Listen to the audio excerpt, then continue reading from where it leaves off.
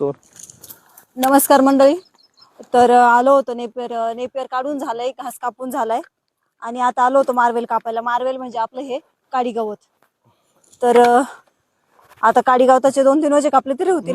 तर हे आपलं आहे मार्वेल. माग फुटेल दाखव एकदा. हे कापायचे आपलं आणि फुटलेलं इकडे आहे. हो ते परत कापायला आले पाठीमागून. तिकडे परत कापणी आली. तर शेतकरी मित्रांनो, हा चारा आहे ना, खूप छान चारा आहे म्हणजे मार्वेलचा. आणि फक्त याला कापणीसाठी ना याची दात्रेची वेळ पाहिजे असते, प्लेन वेळाने नाही कापत शक्यतो. आणि कापणीला सोपी याची. आणि ज्यावेळेस पावसाळा संपला, थंडी चालू झाली आणि ज्यावेळेस हे नेपियर गवत अजिबात वाढत नव्हते, त्यावेळेस आम्हाला ह्याच चाऱ्या म्हणजे ह्याच गवताने खूप चाऱ्याला साथ दिली आणि एकच नंबर वाढते. तुम्हाला मी कापून दाखवतो.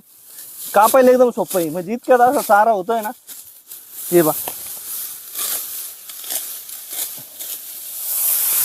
हे असं चारा निघतोय. आणि त्या दिवशी आमच्याकडे पाऊस झाला, वारं होतंय, त्या दिवशी पडलंय हे थोडं. आणि हे बा इतकं वाढलंय. थंडीच्या दिवसात आपण नेपियरच गाय ठेवलं होतं. नेपियर आणि घास. नेपियर नाही, आपलं मार्वेल. नेपियर वाढलंच नाही.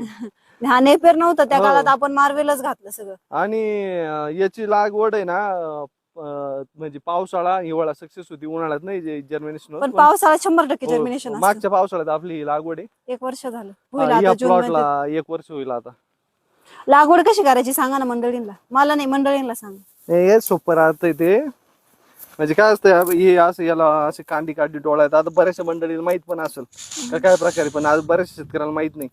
तर असं हे हाताने खुडून तर ह्या डोळ्याची लागवड करावं लागते. डोळ्याची बाजू खाली घासायची. हो, डोळ्याची बाजू ही मातीत घालायची आणि एकाचं हे असं बुंदा तयार होते. म्हणजे एका काडीचा एवढा बुंदा तयार होतो.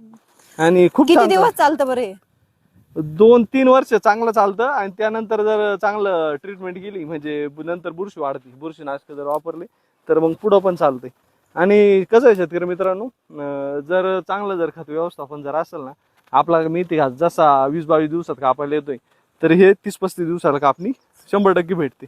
आणि खूप छान चारा आहे. आणि आता 1 वर्षाचं झालंय, कुणीच म्हणू शकत नाही याला. आता हे पडले त्याच्यामुळे त्याची हाईट नाही दिसत आहे, पण पूर्ण लोळलंय ते खाली. पण हे बघा पाठीमागं 2च दिवसात पाठीमागून एवढं असं फुटतंय. आणि तिकडे तर पार कापायला आलंय परत पहिल्यापासून. तिथं जिथं कापलंय तेच म्हटलं शेतकरी मित्रांना, बरेच दिवस म्हणजे काय प्रकारे. तर आमचं एक चाऱ्याचा मेन सोर्स आहे. खूप छान चारा आहे हा. थंडीत लय भारी आहे आपल्याला हे. हो, थंडीत